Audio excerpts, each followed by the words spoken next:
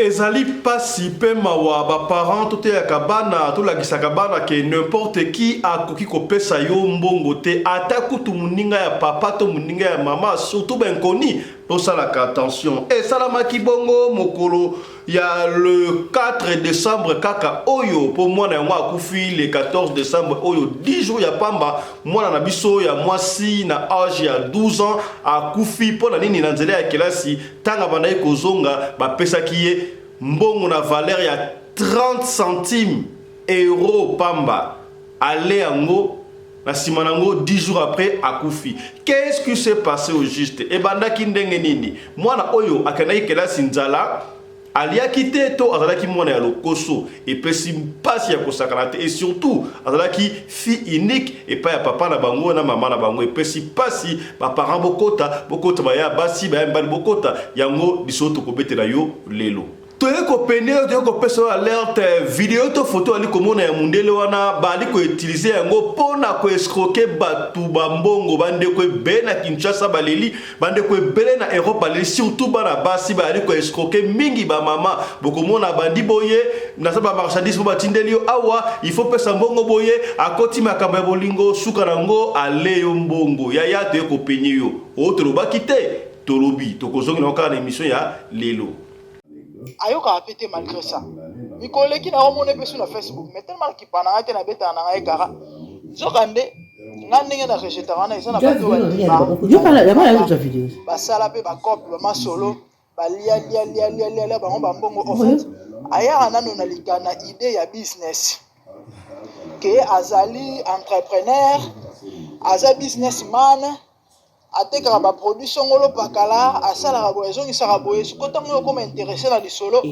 ale na loyenge siko asiblami nga basi asiblami basi yebe bika moi ça zara faible pas mobali za ko faible pas moi si et doit timbela cop na timbela jeune ndenge balobaka nzambe alobeka biso à travers Bible. Est-ce que la Bible est vraiment la parole de Dieu? To ebite ba ndeko parce na kati ya Bible alobi a contradiction ezali makasi ndeko oyo na kombo ya Guillaume Kofi alobi azali prophète a expliqué est-ce que ce qui vraiment Bible ezala qui parole de Dieu et ndenge ko zala boye.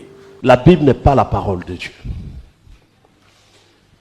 Parce que si nous prenons la Bible comme parole de Dieu, messieurs, ça ne coûte que 1000 francs à jamais. Oui, on peut aller chez les prostituées. Ce n'est que 1000 francs dans certains lieux. Il y a des endroits où c'est un peu plus cher. On m'a dit qu'il y a des endroits où même il y a 15 000. Parce que si vous canonisez le livre, vous dites que c'est la parole de Dieu. Or, Dieu, on ne discute pas à lui, on obéit à ce qu'il dit. S'il a pu dire à un va chez une prostituée, il peut dire à l'autre va chez une prostituée. Il est le même hier, aujourd'hui et éternellement. Na s'appelle la prédication à pasteur oyo po pasteur à leli alobi yango tout o to sala ka attention na bandeko o balobakate soki muto alobakate ezalaka mabe makasi babenga o banodi bato basali ele kabuboye alobite bosali ebo alobite abombaka nini yango mutebe baka haine rancune ezalaka souvenir à mabe oyo muto abombaka na mutema salaka attention soki likambu esengelaka na mutu aloba po position na ye e yebana.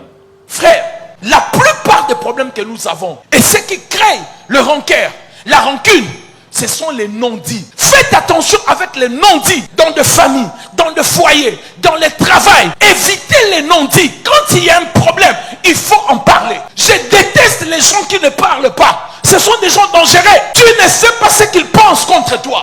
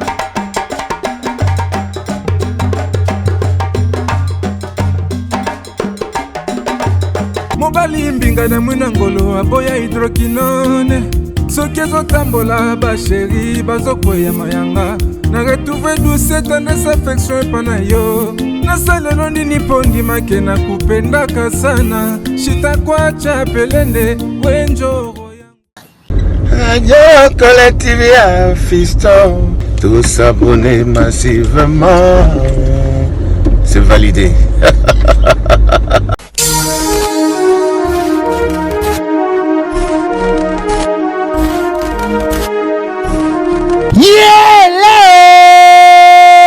Kinshasa yokela ngai eloko oyo di bino batu bozalaka na posa ya kopase babon moma na babon séjour na bino bopesa confiance na Genesis Hotel po batieli bino bachambre ya kalite oyo eza na baclimatisation ya kitoko bambetu ya somo na banorme international eza mpe na baoreiller de rêve ebongo badouche na bango soki okoti ndeti kaka oza na mikili ya poto soki oza na kati ya Genesis Hotel wifi kutu bosana na yo po kokota internet ndeti kaka oza na Paris po kaka baséjour na bino etikala inoubliable grâce ya Genesis Hotel okanisi esili tintin awa na Genesis Hotel atieli bino salle de fête salon Congo pour na ba mariage ba conférence ba réunion pe ba anniversaire de rêve na bino batu nyonso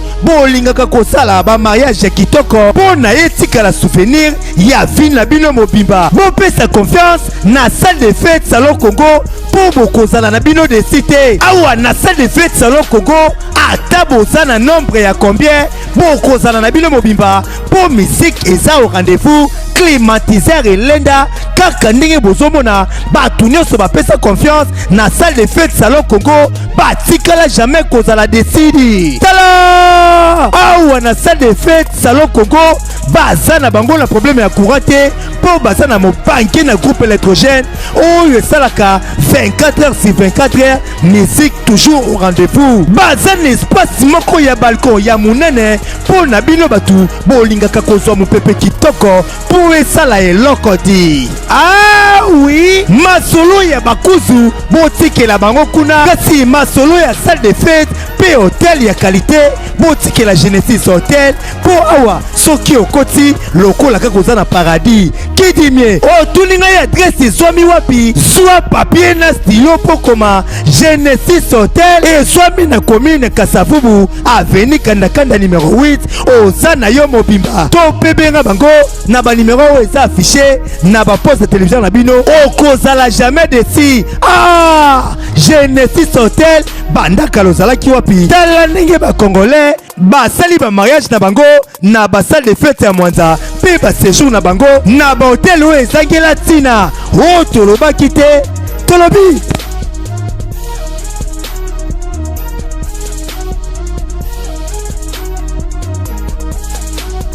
Mbote na bino bandeko balandi ya radio loko télévision bisika nyonso tu bozwami merci na confiance pe fidélité bopesaka na programme oyo radio lokole masolo epai wapi tokutanaka mpona kobeta masolo ya makambo ezali koleka bongo na communauté na biso africaine en général mingi ya biso bato ya mangala ngai kombo na ngai Fiston Pelende tata ya Sedek merci na yo pe gros coucou na Nanouche Mukoko appel masqué dièse 31 dièse la première dame de Brésil est-ce que okomi c'est que bien ekenda kandengo wana voilà.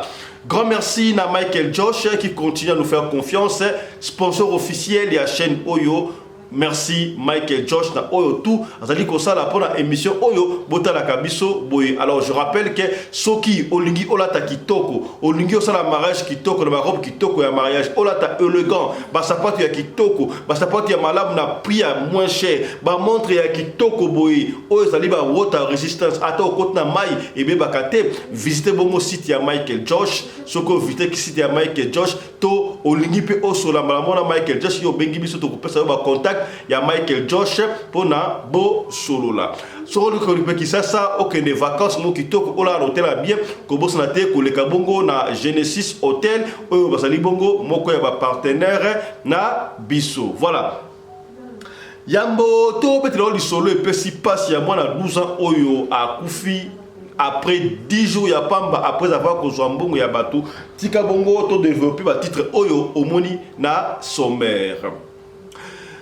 Et puis si pas si sango etamboli mokili mobimba ba mama bali ko benga papa Fisto bali ko escroquer ba tuna photo moko ya mundele songolo photo boko mona wana auto bali ko mona wana to kotela ya mosika moi reportage mukie bande bali ko expliquer ya soki omoni mutatindeli yo photo na profile o so na mutu WhatsApp atie mundele ataku tu ba tie voix ya mundele parce que ordinateur ndé komi technologie ndé komi ba ko imiter soit voix ya mundele to ya mutu mwili to ya mwana mwasi to ya mobali ba belé par quoi ba victime la ngwana okomona bateli photo ya mwana mwasi ali kosolola kotoyo ono tolongola blamba tout ça la boyo ali ko katode mutu normal to katode mutu fiction ya ngwana utu ministre ya kabila moko alongwa ki lango musala tango sala ndengwana après otikali mutakala konso bazala vidéo na yo ba bandi kosala yo ba chantage au pesa mbongo. Ce qu'on peut citer, publier, publier, on a pour lokoso, pour la kinumba, il y a réseaux sociaux. Na même ordre d'idée, il y a trop pénible au caca. Ce que mon photo, oh ya mundele. Abandi ko saloba, ba connaissance, bonio, vandaka wapi, kutu boye. D'ailleurs, misu ba genara plus loin, pour la kutu ko yeba ta ici ko vandaka. Ayebi na kombo na yo, ayebi même pas la bino.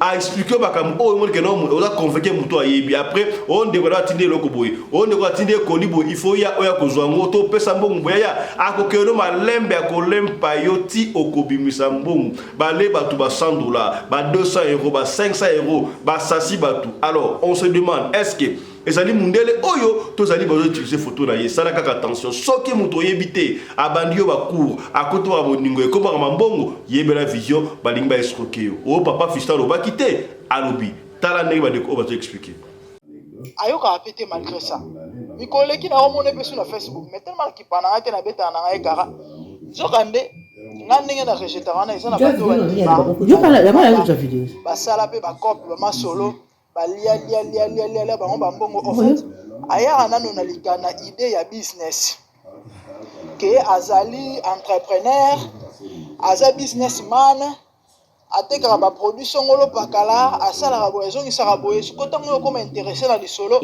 ale na loyenge siko asiblami ngabasi asiblami basi yo bika moi ça zara faible pas mobali za pas faible pas moi si et doit timber la cop na timber la jeune. En fait c'est que j'ai compris les pauvres messieurs o azana photo na yana ngoyete et yana ngoyete et yana ngo mutu mususu na ça sûr et certain et yana ngo congolais ba aussi ba congolais ba aussi ba parce que asali sabotage mingi na milieu congolais ba mukanga ikaka ale basi ya ba congolais mbongo na beta maboko na beta nzoto na basa beta mbongo na basi après koti mamba bolingo na kati wana yo mema bina luyenge ale ko mamba ba transaction ti osimi mutu donc abanda ba jango kala ba salela ki live na TikTok ona musika tango na moni photo oyo ngabie mundelo nzoka nde asala ngo pa bato belé donc bande ko za pasi eza mawa et on a bisa bino to sur les réseaux sociaux na ndenga bien réseaux sociaux za la carte pour la banti valeur soko yebi na yote ko contacter ya mali yo na ngo aussi la cha sa ngo yo mali sa ngo kiki atashike na ngati note na yebi na ngo Facebook te ko kota ya tina te mamba malo ata na yebi na ngo kota na kuzani même ça au tiki na ngo bote ko tele ko tele na sani atani ko na mo na ko tele na lekinanga na mo ka na lekinanga donc ba revendre tongo ti butu buzoba na buzoba et pourtant mama osela ba émission yango mama osela ba live yango en tout cas ça mama mingi eza pasi eza mawa bandi ko makasi na réseaux sociaux plus ou moins 6 mois passés ba benga ngonene ba pirata Facebook nanga moto pirata Facebook nanga balobaka ke Biblia ezali bongo parole ya Nzambe, la parole de Dieu. Nzambe alobaka na bana na ye à travers Bible parce que okota Bible okokuta nyonso tu na Bible. Kasi toyambaka ndeko moko awa que salut en passage madara Bible kilele ya alobaka ngo la Bible n'est pas sainte. Pourquoi elle n'est pas sainte? Parce que quelque chose qui est sainte il ne peut pas avoir de contradictions. Quand il y a Bible, la contradiction est allée ébélée. Papa fils de commis athée, na commis athée, eux ont émission éveil à conscience, d'accord qu'on fungula makambo oh yo yebité. Na quand la Bible on a la contradiction est allée ébélée. Batunde ba koma yango. Alors, ce qui Bible est sainte, il y a le barabout non, la Bible est un livre comme tout autre livre. Ndeko oyo na kombo, il y a Guillaume Kofi, il y a le prophète, le prophète Guillaume Kofi a démontré que la Bible est la parole de Dieu à prier. Parce que la parole de Dieu est changée. La parole de Dieu est changée. La Bible est changement est ébélé. Na ebisiote on dit mama kamuto ya koloba. Kasi ngai na bino tozo réfléchir ensemble. Ça on analyse. Ça analyse la parole à mutu oyo et puis tu vas réfléchir. Il a raison ou il a tort. Suivez parce que nous sommes comme évangile la Bible. Croyez sans avoir vie et ni béton. Makam on a siècle autour nango. Nous devons réfléchir, kotala, kothink, fa, kokanisa musika avant de prendre des décisions. Là, dans ma raisonnement, solo, la Bible n'est pas la parole de Dieu. Parce que si nous prenons la Bible comme parole de Dieu, messieurs, ça ne coûte que 1000 francs à jamais. Oui, on peut aller chez les prostituées. Ce n'est que 1000 francs dans certains lieux. Il y a des endroits où c'est un peu plus cher. On m'a dit qu'il y a des endroits où même il y a 15 000. Parce que si vous canonisez le livre, vous dites que c'est la parole de Dieu. Or, Dieu, on ne discute pas avec lui, on obéit à ce qu'il dit. S'il a pu dire à un, va chez une prostituée, il peut dire à l'autre, va chez une prostituée. Il est le même hier, aujourd'hui et éternellement. Donc, il y a un problème. Ensuite, quand vous prenez le livre de Jean, chapitre 1, au commencement était la parole. La parole était avec Dieu et la parole était Dieu. C'est écrit ou non? C'est écrit. La Bible a commencé au commencement ou la Bible est venue après? La Bible est venue après. Donc la Bible n'est pas la parole de Dieu du commencement. La Bible n'est pas la parole de Dieu. Dieu, toutes choses ont été faites par elle, oui ou non? Rien de ce qui a été fait n'a été fait sans elle. Sans elle qui? La parole de Dieu. Donc quand Dieu disait que la lumière soit, la parole était avec lui. Donc quand il est écrit au commencement était la parole, on veut juste nous dire que Dieu a tout fait en parlant. Sa parole était avec lui et en lui. Le livre n'existait pas. La Bible est venue même après la mort des derniers apôtres. Maintenant, après la mort de Jésus, le dernier apôtre qui va mourir, je crois, c'est Jean. L'apôtre Jean est le dernier des apôtres qui est mort. Mais après Jean, il va y avoir plusieurs qui vont se lever pour servir Dieu. Paul, par exemple, n'a jamais vu Jésus physiquement. L'apôtre Paul, vous connaissez l'apôtre Paul, il n'a jamais vu Jésus physiquement. Mais Paul s'appuyait sur quoi? Pour donner la parole à ceux qu'il voyait. Au temps de Paul, la Bible n'existait pas. Ndeko to sala ka attention na ba non dit c'est-à-dire que batu o ba lobaka te ko mona batu musu batu ndeko na ba sala ka ebele kutu misusu ba pesa ba ma komono université à Kara recteur université à Kara ata bolobi ndenge nini ata ofingi ndenge nini ya zongi sakate ata bosalie mabe ya zongi sakate ke bana batu ndenge pour c'est na vie et c'est ngaka mutu soki osalie mabe il faut yeba ke mutu o se pena ngaite oui ça la ndenge wana comment est-ce que yo mutu o se pena ote olingita yeba il faut se manifester mon frère les kamosala ki wala se pena ngoti fera ko sala boy non. On doit savoir ta position. Pour battre Oyo, ce sont des personnes de plus dangereuses. Dangereux au Sakanate. L'igara la vie. Oye baka position, toba ye baka position na yo se manifester. Ceux qui vont se manifester, ça la attention. Il faut okoye ba position na été. Pasteur, on a prédication na ye à Lili. Était yabino hein. Frère, la plupart des problèmes que nous avons et ce qui crée le rancœur, la rancune, ce sont les non-dits. Faites attention avec les non-dits dans des familles, dans des foyers, dans les travails. Évitez les non-dits. Quand il y a un problème, il faut en parler. Je déteste les gens qui ne parlent pas. Ce sont des gens dangereux. Tu ne sais pas ce qu'ils pensent contre toi. Je préfère quelqu'un qui crie, quelqu'un qui parle. Ses intentions sont dévoilées. Faites attention. Bon, changer majorité à l'obagaté. Il ne parle pas, mais au finish, il pense à quoi cette personne? Ça fait peur de voir que quelqu'un qui ne réagit pas. Tout ce que vous allez faire, il ne réagit pas. Faites très attention avec ces personnes-là. Quelqu'un est en train de m'écouter? Un vieux problème non résolu. Le problème résolu. Ça a créé le rancœur et la rancune. Qu'est-ce que c'est la rancune? C'est un souvenir tenace que l'on garde après avoir été offensé. Un souvenir présent, un souvenir tenace qu'on garde après qu'on a été offensé. On t'a fait du mal, mais tu gardes les souvenirs. Au lieu de parler, tu les gardes dans le cœur. Tu dis, je ne parle pas. Et beaucoup de gens sont comme ça. Il y a un frère qui a quitté l'église il y a plusieurs années. Un jour, on était en train de penser aux gens qui ne venaient plus à l'église. Et puis, j'ai dit à un pasteur, je ne sais pas, le pasteur, on regardait les cahiers, l'ont appelé. Le frère est venu à l'église. Un papa. Il a pris le courage quand même de me voir après la prière pour parler. Il dit, papa, moi, j'avais quitté l'église. Je lui dis, mais pourquoi tu avais quitté l'église? Il m'a dit, non, je t'avais demandé un rendez-vous, tu ne m'as pas donné la suite. Rancœur. Ça paraît bête, ça paraît comme si ça n'a pas de sens. Mais certaines personnes, leurs rancunes peuvent naître pour des choses aussi bêtes. C'est pour cela, régler les problèmes, cherchez toujours à comprendre pourquoi cette personne a changé. Ne méprisez pas cela. Moi, j'ai méprisé un rendez-vous. D'ailleurs, ce n'était pas moi. C'est le pasteur Chilo qui devait lui donner les rendez-vous. Mais cela est retombé sur moi. Au point où le monsieur a fait pratiquement 1 an, il ne venait plus à l'église. Les non-dits. Dis à ton voisin, faites attention aux non-dits. Beaucoup d'entre nous, nous sommes dans ces cas. On ne veut pas parler. Oh, il y a Sili Karamabe. Non, il faut en parler. Il faut régler le problème.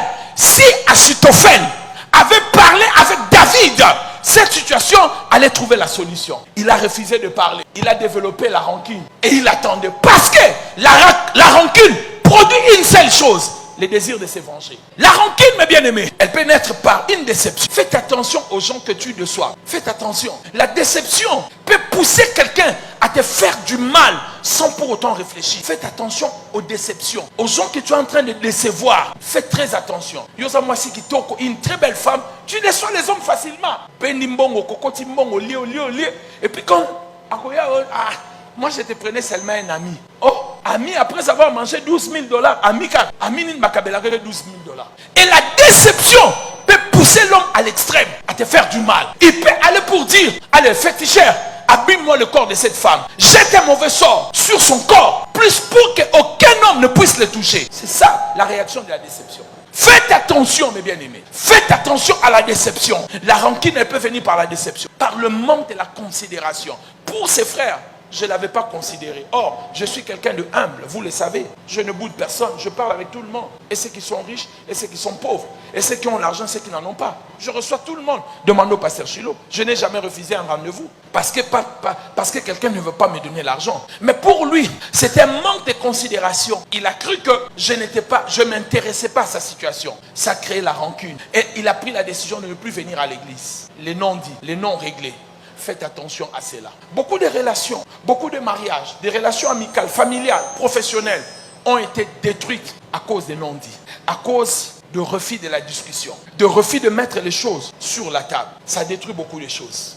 Parce que ce que vous ne dites pas, chacun aura son interprétation. Tu es en train de m'écouter? Ce qu'on ne dit pas, chacun gardera son interprétation. Or, des fois, ce n'est pas aussi un grand problème. Des fois, même quand les gens vont écouter, vont dire, oh, c'est juste pour peu des choses que vous êtes arrivés là. C'est parce qu'il n'y a pas eu la discussion. Vous n'avez pas parlé.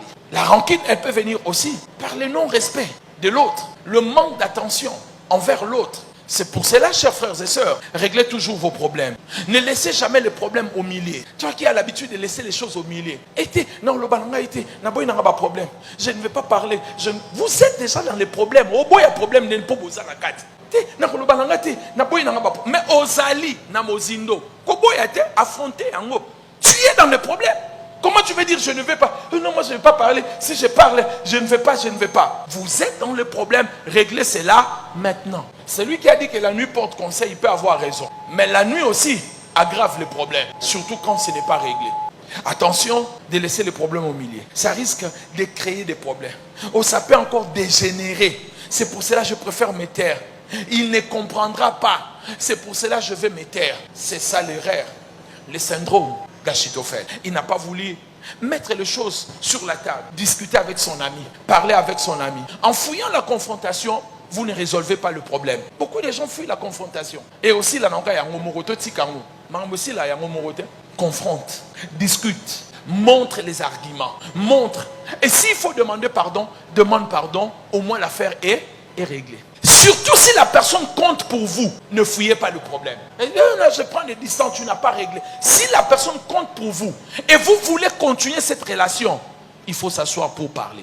Si c'est quelqu'un dont tu ne veux plus, tu t'en fous de cette relation, tu n'as plus besoin de ça. Oh, bon, il n'a qu'à penser ce qu'il a envie de penser. Mais si c'est un ami ou une relation, quelqu'un que tu veux garder auprès de toi, il faut s'asseoir pour parler. Parce que toute personne qui ne parle pas, c'est qu'elle a déjà détruit cette relation. Ah oui. Achitophel n'a pas parlé. Pour lui, David n'existait plus. Même quand il conseillait David, il attendait la première occasion pour poignarder David. Parce qu'il y avait quelque chose dans le cœur qui n'a pas été réglé. Si ma mouté maloba mouté manangai, on peut régler ma problème mieux sur la battu. Kenda ko régler solo la ba. Ne gardez pas les problèmes. Toi, tu n'es pas un dépôt. Les cœurs que vous voyez là, ça pèse, je crois, 20 grammes. Et tous ces problèmes-là, tu veux laisser ça dans ton cœur. Pourquoi? Ce n'est pas un dépôt. Fais sortir ces problèmes. Mets ça sur la table. Discutez. Parlez-en. Mettez fin à ce que vous devez mettre fin. Mais réglez les problèmes. Amen. Il est important que nous réglons nos problèmes. Et aussi, quand on les règle, si cette relation n'a plus d'importance pour moi, eh bien, je mets la limite. J'ai dit, je m'arrête par là pour éviter le futur problème. Mais si cette relation, elle est importante encore pour moi, le seul chemin, c'est de s'asseoir et de discuter et de parler. Même si ça va nous prendre une semaine, mais on va finir par une conclusion. Batubaloba non te pendant un an baloba conclusion te ata conclave. Même les discussions des hommes politiques ici, comment on les appelle? Au glissement, au arrangement, ou toutes ces choses. Palais de marbre, un palais de marbre, on finira par sortir avec des résolutions. S'il faut qu'on s'enferme, on va s'enfermer là. On doit se regarder. On doit se dire des choses. Parce que je tiens à cette relation. Je ne veux pas te perdre. C'est pour cela que je vais te dire c'est que je n'apprécie pas. Pourquoi je ne suis pas d'accord avec toi? Même s'il va crier, il va monter. Faites attention aux gens qui commencent à crier vite. Ce sont des gens qui perdent raison. C'est comme un ami, on jouait au Scrabble et il perdait. Et puis il s'élève, il dit, oh, et puis Jean Robert Anena a bêti Scrabble. Pour et Panzani. Oh, c'est Panzani. Alléluia. Quelqu'un me dit Amen bien. Ya tokobetela o lisolo ya mukuse ya mwana biso ya 12 ans et pesi passe ya kosakala te na lobaka chaque fois tongo midi pokwa mama papa surtout ba mama to benda kabana matoyi parce que en réalité éducation ya bana eutaka vraiment pas mama. Mais papa bazalaka comme état président alors supervisé pour l'éducation et qui n'est malamu yango esengaka toujours na ndaku papa azala soki papa azali te maman bazalaka ba laisser aller moi mingi omona mwana boya baby mwana basali boye to izangaka koyebisa bana na biso te na nzela esika okende ozokende kelasi na kati ya kelasi na nzela ya kozonga mutu amema yo te na mutuka na ye mutu apesa yo mbongo te ata kutu camarade ya papa ata camarade ya mama ata nani ata camarade na yo o camarade on a kelasi a déficit la mana ye olata o camarade na kelasi azalaki na bombo mibale a pesio bombo moko ozwa kozwa kate plus pire encore to ebsaka bana soki mutu oyo yebiete a pesa yo eloko te pour la de yo c'est mauvais. Vigo ezalaka kala yango ezali mikolo te pesi pasi ya kosakala te mwana biso ya 12 ans atangaka na école moko quelconque to balai kotanga na école moko quelconque ya lisolo oyo esalami kaka na décembre oyo esalamaki le 4 décembre 10 jours après mwana biso ya 12 ans azali lisuté alors mwana ya 12 ans atangaka kelasi babimaka bongo 15h 30 eta komaka na ndako koma 16h tango bango babimaki kelasi bayena baninga na bango bayiko sakana nzela tango ekoma siko er modification mutuna mutu akei pa na bango tango ya bandi okende pa na bango brusquement boye amoni mama moko ya kitoko loyo mwana tali moi géante mbinga ya mwasi kitoko ya kosakata bi non na mona mama ya kitoko ndengo wana te. Maman a dit ah ça va ma chérie, comment tu vas? Ah, tu viens de l'école? Oh ça va, tu dois avoir faim n'est-ce pas? Oui j'ai fait maman, ah, okay, j'ai pas d'argent. Abimi Sambongo na valeur il y a 35 €. Ndeko 35 € ça combien? 35 € ya pamba à pesa mwana. Au savoir tu peux t'acheter des beignets et comme ça avant que tu puisses arriver à la maison. Tu es une jolie fille. Maman a lempi mwana wana. Mwana pe azumbongo. Yaya pe kisaka mwana soka ebi mutute ba pesa mbongo. Ata kutu camarade ya papa ina ndaku. Ata camarade ya mama ata muto eba ina ndaku. Alika ke azumbongo aliko pesa bino Papa, maman, non, ne donnez pas d'argent, donnez à maman. C'est ça l'éducation. Est-ce que beaucoup mis tout sur la pembe? Est-ce que beaucoup mis à cause de mon wana à couper ça na maman? Barama les bangouan. Voilà. C'est la papa à cause de l'école, maman à cause de l'école. Au moins, au moins, les camarades à papa, ton camarade à maman, ton non, viens, je te transforme, je te dépose à la maison. Non, je vais attendre maman, je vais attendre papa. À moins que maman et moka benga yo, papa et moka benga non, tonton et tel viendra te chercher, il faut venir. Tu vois, là c'est autre chose. Est-ce qu'on commis? Moi, dans un temps à Zimbongo, à Baliko Kendi, à l'équipe de la Kouana, à Sombi Mikati. Natia on a héros pour comprendre. Est-ce que vous comprenez? Voilà. Peut-être que 0,35 valeur à mon avis 0,35 à dépenser katikati. Ça fait que 0,15 à sobi moi on est mikate les beignets. Allez, atikari na katikati 0,35 sope azu akena ndakutanga aller. L'eau à la peut très bien. L'eau binango sustan akeli kelasi. Atikaki na moi katikati ya mbongo wana asombi su mikate ale na kelasi. Maman wana elle n'a plus revu maman wana. Elle n'a plus revu cette maman là. Tangu kaka zongi na ndaku la petite de 12 ans, la jeune petite fille là. Et pas na bango asali la fille unique. Asali kaka yemoko mwana mwasi mais asala ba ya na ye ya mibali. Il faut comment est-ce que moi si la fille unique. Tant que moi na malaise. Maman j'ai mal à la tête, mutu passe yaya makamwane bandaka kaka na mutu passe. Autre baka mingi boyo kakangu. Maman mutu passe moi na faible. Na butu na balalite moi na Zimbabwe moi tatongo nango moi na moya que de classe ezate. Moi na maboko afane. Akon na mi deuxième jour, mais c'est quoi ça? Papa est-ce que vous avez un traumatisme? Est-ce que vous avez pas moi? Est-ce que vous avez malariate? Est-ce que vous avez une boîte? Moi dans l'hôpital. C'est toute une famille qui n'avait pas aussi des moyens pauvres, mais quand même, bah qu'on est dans l'hôpital. Bah qu'on est dans l'hôpital. Est-ce que ça méningite? Et ça bah ça dit bah test surtout moi dans la qui ok. Bah ça dit test moi dans la ok, mais ce qu'on a moi la boue moi dans la ok té.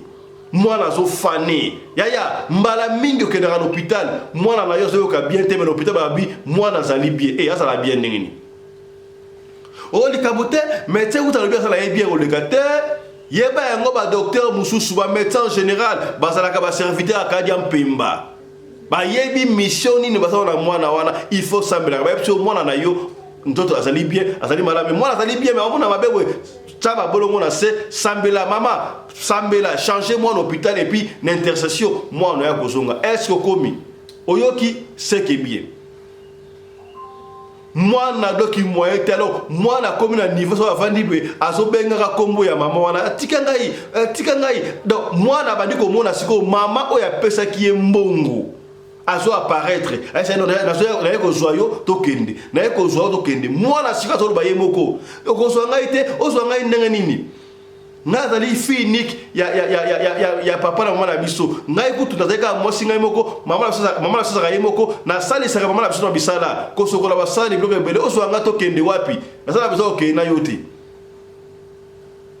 moi donc baso ko beta moi ne suis pas maman moi tikanga je veux pas laisse-moi me tape pas moi je veux pas aller avec toi c'est moi na beli liboma to ndengini moi na so ganga na hôpital ba to mona alors tant que commis 7e jour moi dans la musique jour moi na kondi ya ko ça donc moi na oyo ce qui va être mukoro peut être moi na commis sidatique to ndengini moi na moi ita so ko liate moi na zo ko liate soki otombo moi de lamba au moins ba symptômes c'est comme si ba blessure c'est comme si on bêta donc moi na azana ba moto moi na ba esprit à moi na ba si ba joie qui a moi qui déjà kuna moi na ba comme si déjà esclave est-ce que komi likolo ya 35 € ya pamba yaya tout est à cabane les choses ali mo coussé très profond ko peni ba parakaka tango abenga moi na mona que l'équipe ça moi na mayele n'est-ce pas tango mona que moi était eux abengi maman na bango baya na koko na bango na papa mwana bandi ko betela papa na bango na mama na koko na bango tala joa en école boyi na mona maman mo kitoko kaka ndenge na beteli bino apesa kinga imbongo na legi katikati na tongo pe na tatongo lisusu na yaki na lembo na krista na zongi yango na ko kapasi boti e komi boyi aya pona nini yesa ki bisote. Est-ce que jouana o memaki moi lunch box te o na memaki pona nini ya to betaka lisolo moko awa mwana ya mayele amaki lunch box na mikate na école boyebi yango lisolo ya pera chaîne na biso muninga na ye ta ya le mikate de sili muninga ye mikate na sili ça va zo pe mikate na ngana na bele to kata oyo muninga kata mikate moko apesa ite na mikate muninga mso ale ya zo ngo oralia tolma mwana mayele ataki otonda atena sachet atena saki na ye akoma na ndako na bango ekoma makila ekoma lito ya muté musmakila ya là d'ailleurs là c'est mauvais tolandaki témoignage ya pasteur Bernard. Il y a prophète Bernard, il y a Moussali Bernard, on a qui pendant 13 ans marabout. Alors qui nini? Hier là qui na mission, ba pesa qui mission l'école AB Bisakaka Kabana. Ya ba école auto tang sakabana. Sambela kapona mwana na yo avaki de classe. Est-ce que okomi? Est-ce que oyoki? Mwana sambela kapona ya avaki de classe. Tikaka makila esinga mwana na yo tanga okende classe parce que l'école kuna eza makambo ebele oyebite l'école ba pesa ba bloka kolia. En fait là je parle ma pelo l'Afrique du Sud mais Europe et Congo la Congo te même la Congo ce qui école ba pesa ba bloka kolia ti eza un luxe mais là ba pelo l'Afrique du Sud eza luxité. Là ça va l'Afrique du Sud c'est pas un pays africain comme tous les autres. Ils ont dans la catégorie ba pays poto. Biloko apesaka bana baliaka na école nyonso tuana ba chocolat ba bombo e utaka wapi yaya est-ce kokomi mais soki on neutraliser yango eloko mwana nga kolia na école o ba kopesa ba nyonso tu ezala néanti par ça ya soki daki lipa ekozala kaka lipa soki daki musuni ekozala kaka musuni est-ce kokomi okomi c'est que bien voilà maman Emilienne Mboma ya lingaka ndengo wala comprendre c'est que bien ya papa Richard Watuzo là on est ensemble. Moi la bête du solo ndengwana. Ah c'est vrai. Pendant qu'il y a bête du solo, maman wana apparaître. Ya tokende wapi. Moi na bandi ko senga pardon maman. Moi je ne peux pas aller avec toi.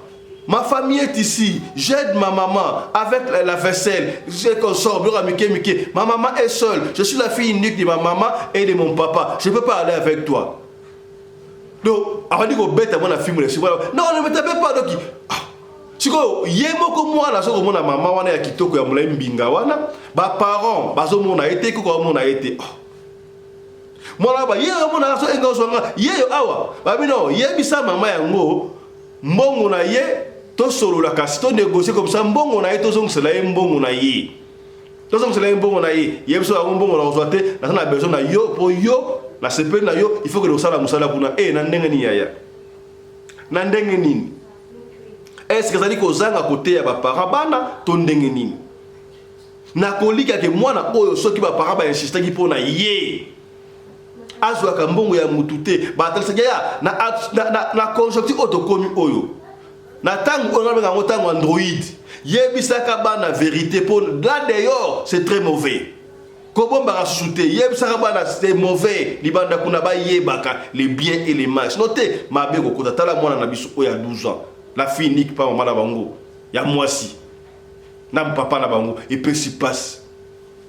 Moi la difficulté. Moi na abundi. Parce que c'était une fille forte.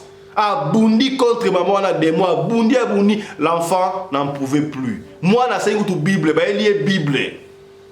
Moi la tanga Bible ma bé. Bah ça doit prier. Bah passer bien comme ça la prière. Mais tellement na éviter ça qui volonté à nzambe ton nini. Tellement ça liya kimbongo. Donc elle se sacrifiait à teki amnaye à lembongo yaya ke bana mutako peso mbongo bino bat bolinga kamibala bien o bala bien nenga liwana so da kuta na ye apesa ngaka 10 euros 20 euros 100 euros na lukuto sa eloko mordia o kata apesa o fele na mukili o da ka opesi makambu ozi makambu yo zo zela peut-être. So apesi mbongo azo loko mususu meye azo mona loko wata mona na yo il faut que le combat esclave na yekuna est-ce que komi to so la pembe vous comprenez c'est que bien et ça l'a qui le 4 décembre kakaya 2023 oyo tango komi le 14 il y a 2023 oyo moi na biso ya 12 ans elle a rendu l'âme aki et puis si passe ya kosakanate wana lokola tola na maté ya siko tola na prédication ya pasteur na biso Bernard ozaki assez sosabi bino bomona ki muta kufi mais kuna akufite ba longoli ka pa na bino ba ke na ekuna wana c'est fort possible na butu ba kozwa nzete ya avec dans standing ya tonga to nzete ya pondu ba ti wana peut-être déjà salami pour le temps les quantième le temps les 19 déjà pour l'élection à Congo dans le monde entier va voter pour la Congo l'ambassade 5 pays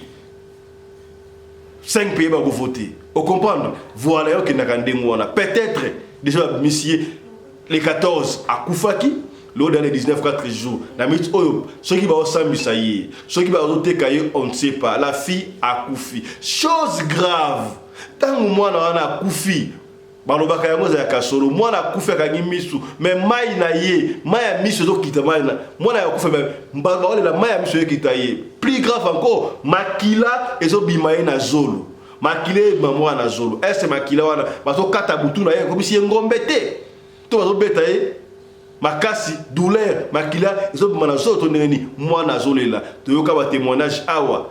D'ailleurs, papa na biso ya Londres il fait zonga social baki soki omoni muta akufi azo mama ya miso ebimaye kota prière makasi mutu ana kolamuka peut-être parce qu'il y a l'esprit papa ya Londres a expliqué ma kabla sotwana je salue papa à Londres si kazali est-ce que beaucoup mi dans la histoire ya mukuse ya moi na biso ya 12 ans akufika kaboué papa fiston beta lisolo oyo pona opene ba mama talisaka ba parents ba papa ba mama ba yebisaka bana bazwa kambongo ya mutute o ba yebite ata camarade na koma camarade no ça mbongo bela kabelo camarade kabelo monande. Il n'y a pas d'argent gratuit dans mon kili oyo. Ce qui m'a payé un bongo est avec intérêt. À moins que et ça n'a pas papa na yo bangomoko ba ndeko yaya na yo to maman na yo to papa na wana c'est la famille. Mais mutu ya libanda. Après ça un bongo kaka boy. Ils a pas mbatté. Il faut sosola. Moi na ba payé un bongo par mes gardes. Tende ko la sa parents. Papa, on m'a donné l'argent chez qui. Maman, on m'a donné ceci. Maman, et puis, tout comprend la musique que ça banne. Et là, tout est les gars d'école, ben, quand on bête les parents. Voilà, pour comprendre les positions. Est-ce que vous commis, c'est que bien. Tout ce qui a allé merci à Chris Larise Pelende, réalisateur émission. Oyo, il y a assistante na Winnie Larise Pelende. Merci à Claudine Larise Pelende, Ozaki Bongo, na script et puis na lumière. Nous surtout à Boyebiango déjà sous la coordination. Il y a Mamari Naomi Larise Pelende, la femme à la taille d'une tige spaghetti, ni courbure, ni virage. La femme à la compression. Est-ce que vous commis? C'est que bien. Yaya, ce que vous avez sur le robeta, Kubanga Tebenga, so pesa li solo na yo, to linga mingo audio, ça la so audio li solo na yo, to koyoka audio, to kubeta yango, kaka ndongo to beta yango, soko nto tanga ba kombo, to kotanga ba kombo, soko nto tanga kombo te, to kotanga ba kombo te. Boyeba, rappelez-vous, maso to beta awa, et ça la pona ko nuire ba tout, mais pona ko sunga yo, et si kande kwa kwei yo okoyate. To beta yango ndengwana. Est-ce que vous comprenez? Soko moni que les choses là yo, et que to beti yango mabe, zongela biso benga biso to kubongisa kaka ningo nigozana. Est-ce que vous comprenez? Beaucoup bien, c'est que bien. Voilà. Merci à Michael Josh, sponsor officiel de la chaîne Oyo. Merci à Genesis Hotel, partenaire Nabiso. Merci à Maman Charlotte Caputo. Merci à Bandeko Anti-Poison. Et ce qui est bien, c'est qu'on a besoin anti-poison. Benga biso to gocho en contact avec Bandeko Anti-Poison pour na yo au Zanango. Portez-vous bien. Santé de faire à tous. Hein. Chap chap. Et tchara.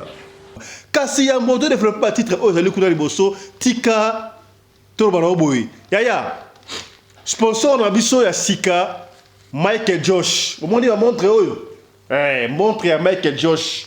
Marque déposé à moi na mboka. C'est-à-dire que ça na maboko aux États-Unis d'Amérique bandeko. Donc mikolo yo biso na radio lokole kaka boy. Yaya, to ko changer ba montre le rôle à film. Tala ba montre yango. Ba montre oyo et wuti États-Unis d'Amérique. Et pas un sponsor na biso. Yaya, to ko changer ba montre le rôle à film na radio lokole. Na to kata moko na sachet sikoyo. Na lata ya mboto loba. To kata yango na ba sachet yaya. O sponsor na biso ya mikolo oyo. Tolingi bana ya mboka yaya yo biba kala na mboka oya na mboka bapaya ozoi de ojite Yoka bilamba, oui, c'est vrai qu'on a ma bête, mais idéologie nous créa pour la mboka. Talamo la mboka, Mike George, Mike déposé na yé. Vous m'en dites montre. Là, c'est qui yango wana, radio le collé.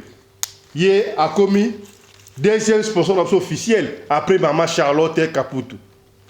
Mike George, ils allaient marque déposé à moi la mboka, aux Ezalakaboro na États-Unis. Ezaka ka ba montre te bandeko. De bo mona wana. Mike George ezali ba t-shirt, ba chemise, ba polo. D'autres na ba soulier, ba sapatou. Kaka de bo être ba griffe, so griffe songolo pakala. Siko oh Mike George. Mike George. Pour aller encore plus loin, pour nous faciliter bana mboka, bana Afrika. Mike George a un partenariat, tout actionnaire, moke ba actionnaire na compagnie o benga Visco. Baby Visco c'est une compagnie au basala kaba wax hollandais na Hollande. Yaya talandenge mwana mboka liko tombo la bendele na biso na mboka ya bapaya. Mike Josh. Donc bino bateka ba wax hollandais, oh super wax, oh super kingal baso bango na cher. Commandé yango à partir ya Mike Josh. Numéro yango atoti liyo bana. Numéro yango wana bo benga Mike Josh direct. Benga Mike Josh direct. So ki bongo le kate benga biso na radio lokole télévision déco. Yo toko tia en contact na Mike Josh. Bande wana boutique na France, na Belgique, na Espagne, na Kinshasa, na Afrique du Sud yaya. On a besoin de faire une boutique à Mike Josh. Pour ce que on a les bénéfices d'Afrique du Sud. Ah ouais, ton ami Kirimsusu, au comment on a couleur magasin car il y a combo. Alors, il y a ce qu'on l'ingo dans la montée bosso, il y a que faire la magasin à combo à Mike Josh. Il y a moi la mboka, benga Mike Josh à lui, on peut benga sur la radio le coller. Yaya, au consoba montre, au consoba super wax hollandais, au consoba soulier à Mike Josh, ba chemise, il y a bien. Tola takabana mboka Mike Josh ya kutu na biso doyen Mishokoto combien kutu Mishokoto c'est que bien Mike Josh. Donc à partir ya lelo congolais nyoso tout africain nyoso tout mwana mboka yo zali fan ya radio lokole ya benga Mike Josh. Tout ça là ka effort ata fan moko ya radio lokole zala eloko ya Mike Josh parce que Mike Josh a son supporté télévision Oyabino, a son supporté programme Oyo radio local. Tala. Donc changer un mot na film. Comment ma montre yé, ba polo et yé, ba t-shirt, ba soulier, ya Mike Josh. Donc Longonia ezonga et pas moi na mboka Mike Josh. Kuru doyen Mishokoto, combien c'est que bien. Donc pour beaucoup plus de détails, yaya, quand moi je changer ma montre dans l'émission, le Mai. Mike Josh, Marga Moko. Yaya, on a un problème nous les Congolais. Tolingara ko la griffe ya bapaya. Ta sika griffe ya mwana mboka, to tombola bendele ya mwana mboka. Ba konzi, bozo na biso na Congo partout. Yaya, on a ta montre comme nini. Là ta montre Mike Josh. Vous voyez ngai? Ya mwana mboka. Est-ce que différence ya bango? Biso bango différence yena. Bo combien? Mike Josh. Yaya, benga na lombango, zo na boutique. Oteka kanyoso, oba oteka marque oyo benga. Osala salon de coiffure, koto osala suki, koto otie moi étagère moko te rabloka ya Mike Josh. Te to support tout ça pour tout supporter mwana mboka. Voilà, o toloba kite tolobi. Pour l'habillement des classes de vos enfants, pour l'élégance de vos enfants, désormais, visitez le magasin Little People Shop chez Maman Charlotte Caputo. Little People Shop chez Maman Charlotte Caputo, l'habillement officiel de vos enfants. Awa et pas Maman Charlotte.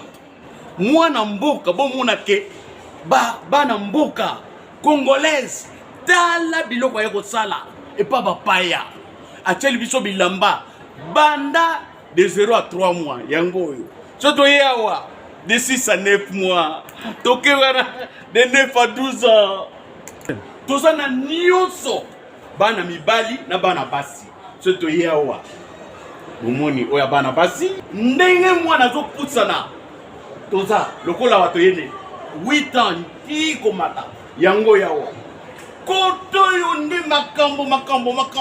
Mwana zo bimondire ministre. Ya bataille nyoso yango.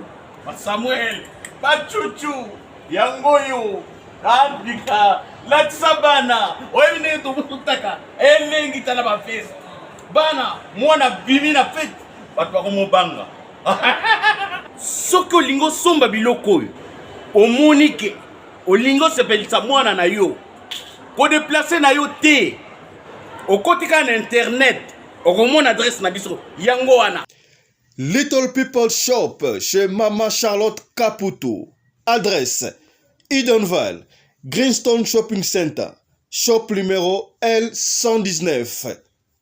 Téléphone 011 52 46 366. À Jamestown, nous sommes sur Meyer Street 183. Jamestown Town, Johannesburg, shop numéro 5. Téléphone 082 324 85 22. Place nyonso zali benga biso kotaka ligne benga biso teotikobila batine na ndako. Little People Shop tozana bilamba ya bana ya qualité olingi osomba kota na website na biso retrouver biso na Facebook toza online pe soko osoma partout na Afrique to délivrer bino na ba Korea na biso préférence ya malamu ya original. Donc, c'est la livraison à domicile. Little People Shop met à votre disposition l'achat en ligne. Allez sur Tekelote, tapez Little People Shop. Choisissez l'article de votre choix. Il vous sera délivré jusque chez vous à la maison. Mais aussi, allez sur Zando, tapez Little People Shop. Choisissez l'article de votre choix. On va vous le délivrer jusque chez vous à la maison. Visitez notre Facebook page, Little People Shop. Little People Shop, ya biso moko. Little People Shop, ya bana mboka.